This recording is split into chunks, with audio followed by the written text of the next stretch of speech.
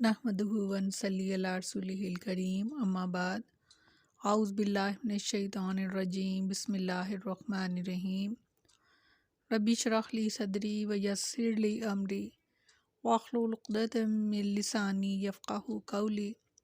अस्सलामु अलैकुम व रहमतुल्लाहि व बरकातुहू। कैसे हैं आप सब?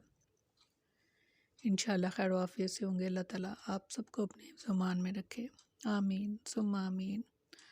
तीसरा पारा सूरत आल इमरान आयत नंबर 44 और 45। लफ्ज़ी तर्जुमा। ज़ालिका ये मिन अंबाई ख़बरें हैं ग़ैबी गैब की, नू ही हम वही करते हैं इसको इलैका आपकी तरफ। अमा और नहीं कुंता आप थे लदैहिम इनके पास इस जब युल्कौना और डाल रहे थे अकलामा हम अपनी कलमें। अय्युहुम के कौन यकफुलु कफ़ालत करेगा मरयमा मरियम की। अमा और नहीं कुंता आप थे लदैहिम इनके पास इस जब यख्तसिफून जब वो झगड़ रहे थे। फरमाया ये गैब की कुछ खबरें हैं, हम इसे आपकी तरफ वही करते हैं और आप इस वक्त इनके पास न थे जब वो अपने कलम फेंक रहे थे कि इनमें से कौन मरियम अलैहिस्सलाम की कफ़ालत करे, और ना ही आप इस वक्त इनके पास थे जब वो झगड़ रहे थे। इस आयत से 5 मसले वाज़िह तौर पर साबित हुए। पहला कि रसूलुल्लाह सल्लल्लाहु अलैहि वसल्लम गैब नहीं जानते थे, वरना इन्हें गैब की ये खबरें वही करने की ज़रूरत न थी। दूसरा, रसूलुल्लाह सल्लल्लाहु अलैहि वसल्लम हर जगह हाजिर नहीं हैं, वरना अल्लाह ताला ये ना फरमाते कि इस वक्त आप इनके पास मौजूद न थे। तीसरा, औलिया और दूसरे अंबिया भी गैबदान नहीं, वरना बैतुल मुक़द्दस के खुद्दाम और वक्त के पैगंबर ज़करिया अलैहिस्सलाम को कूड़ा डालने की ज़रूरत न थी। चौथा, जब चीज़ एक हो उसके हकदार कई हों तो इस वक्त कूड़े के ज़रिए फ़ैसला शरीयत का फ़ैसला है। और पाँचवीं, रसूलुल्लाह सल्लल्लाहु अलैहि वसल्लम जो इस वाक़े के वक्त ना वहाँ मौजूद थे ना इन्हें जानते थे, आपका वही इलाही से इस वाक़े का बयान करना आपके रसूल बरहक होने की दलील है। सुभान अल्लाह। रसूलुल्लाह सल्लल्लाहु अलैहि वसल्लम को गैब की बातें बज़रिया वही पहुँचाई जा रही थी और आप इन ख़बरों से वाकिफ़ नहीं थे। इसी सिलसिले में अल्लाह ताला ने एक और जगह इरशाद फरमाया सूरत कसिस में,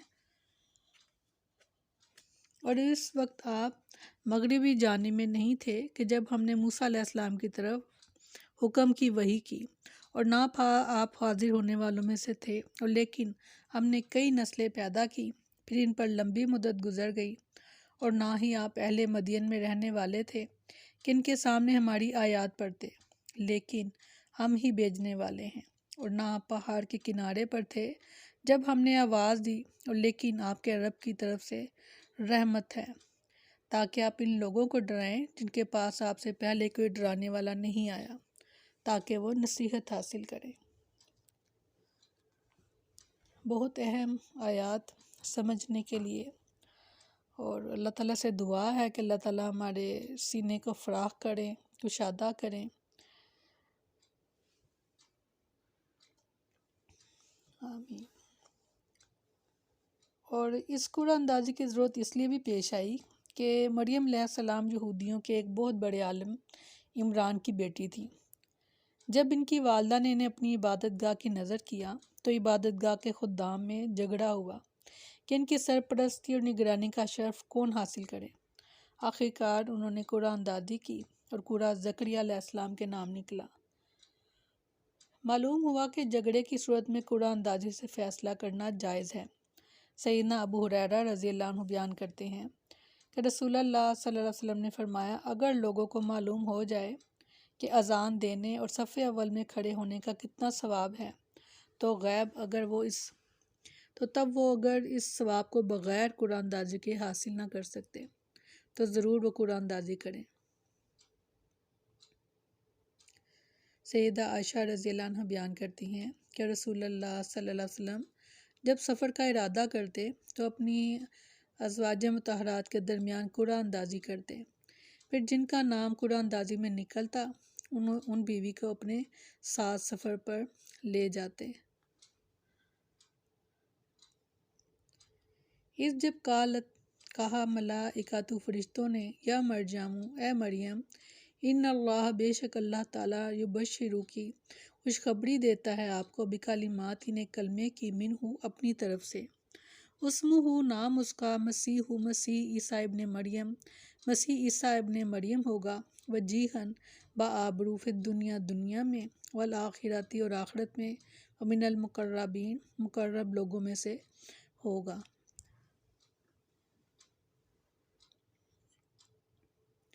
یہاں سے عیسیٰ علیہ السلام کا قصہ شروع ہو رہا ہے اور مریم علیہ السلام کو بشارت دی جا رہی ہے کہ اللہ تعالیٰ انہیں ایک عظیم المرتبہ لڑکا عطا فرمائے گا۔ فرشتوں نے کہا اے مریم اللہ تمہیں ایک لڑکے کی بشارت دیتا ہے جو اس کے ایک کلمے کے ذریعے بغیر باپ کے وجود میں آئے گا، اس کا لقب مسیح اور نام عیسیٰ ہوگا۔ سبحان اللہ۔ چہرہ آدمی کی ذات کا آئینہ دار ہوتا ہے، اس لیے اونچے مرتبے کو وجاہت کہتے ہیں اور وہ مقرب لوگوں میں سے ہوگا۔ اس آیت میں سیدنا عیسیٰ علیہ السلام کو اللہ تعالیٰ کی طرف سے ایک کلمہ قرار دیا گیا کیونکہ ان کی ولادت اعجازی شان کی مظہر اور عام انسانی اصول کے برعکس یعنی باپ کے بغیر اللہ کی خاص قدرت اور اس کے کلمہ کن کی تخلیق ہے۔ مسیح کا لفظ مسح سے مشتق ہے جس کے معنی ہاتھ پھیرنے یا پھر زمین کی مساحت کرنے کے ہیں، لہٰذا سیدنا عیسیٰ علیہ السلام کو مسیح یا تو اس لیے کہا گیا ہے کہ وہ بیماروں اور کوڑیوں پر ہاتھ پھیرتے تھے اور وہ تندرست ہو جاتے تھے اللہ کے اذن سے، یا پھر اس پر کہ آپ زمین پر ہر وقت سفر کرتے رہتے تھے۔